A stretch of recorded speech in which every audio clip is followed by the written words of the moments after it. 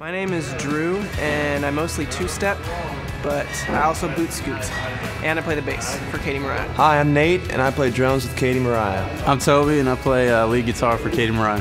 They're all fun. They smell good.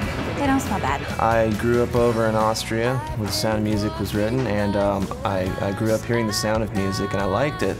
So I thought about playing an instrument. Just in the past couple years as it's been more serious, I wanted to focus on finishing school and getting the degree and everything before, I realized I didn't want to have a real job for the rest of my life. Piano was really hard, singing was really hard, and so I gravitated towards a set of pots and pans. It was kind of random that he wanted me to play bass. We didn't have drums, but he just wanted me to start learning to play bass, to play along with him while he played piano, because I had kind of taken some guitar lessons.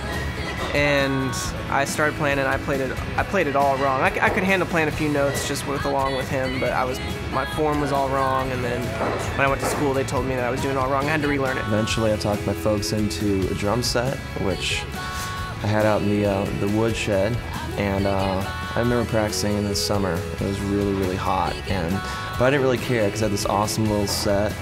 Had the cymbals. I didn't have cymbal stands. I actually hung them from the rafters, so I'd hit a cymbal.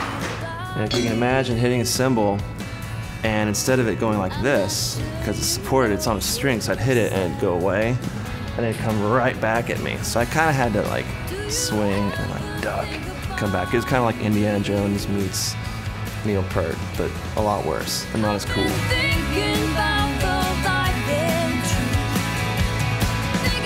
I remember, I've been to so many shows, they're all, anywhere from Tom Petty to a local guy around here named Brandon Ryder to just whatever. I just remember sitting in the crowd thinking, okay, this is awesome. How much more awesome is it sitting up there? There's no other feeling like it. I think any musician can tell you that there's an aspect of nervousness going onto the stage, but conquering that coming off the stage is one of the greatest highs you can have. And what I need to do to get other people give me this feeling that I've got right now, and just that kind of overwhelming sense of like, I want to do that. I want to rock. Up until I was like maybe 15, I was really classically trained. Like all I listened to was classical music, movie soundtracks. I was a complete nerd. I've always kind of been geared more toward the rock and roll scene. So there's aspects of different kinds of music with Katie that I'm learning, I'm picking up, but I'm definitely enjoying it. It's outside my box, but I'm definitely having fun doing it. So.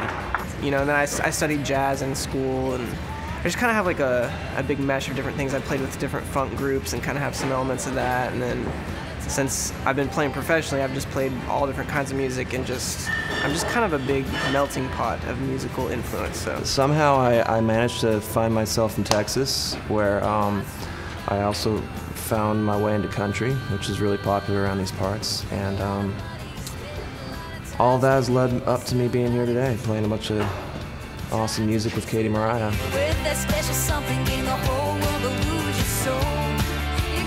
I've got too many. Anywhere from dropping drumsticks to missing cymbals completely, to falling, to of course forgetting songs. A lot of forgetting songs. First show ever, probably about 12 years ago, something like that.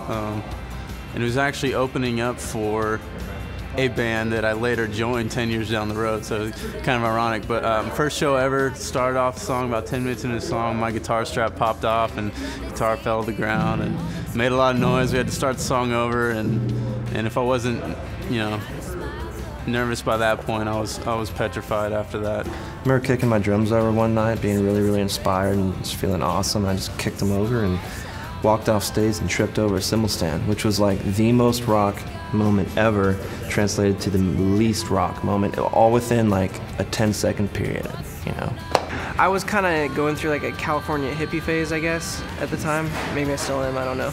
But I would play without shoes, no matter where I was playing, no matter what I was doing. So I'm jumping around, whatever, getting after it, without shoes on, barefoot. And there's a direct box on the ground, and on a direct box, there's this. Some direct boxes have like a really thin metal edge to them that my bass was plugged into, and I was whatever, and I landed on it, and I just kind of kept on with the show. Show must go on, right? That's Performance 101, so I was just going on with it, and it felt kind of painful, but then went through a couple more songs and didn't really realize it started. I looked down, and there was just like blood all over the stage and all over my jeans and everything, and I just like gashed the bottom of my foot open, and it was kind of, had to go leave the stage and, you know, go see the stage nurse. I have never played barefoot since then.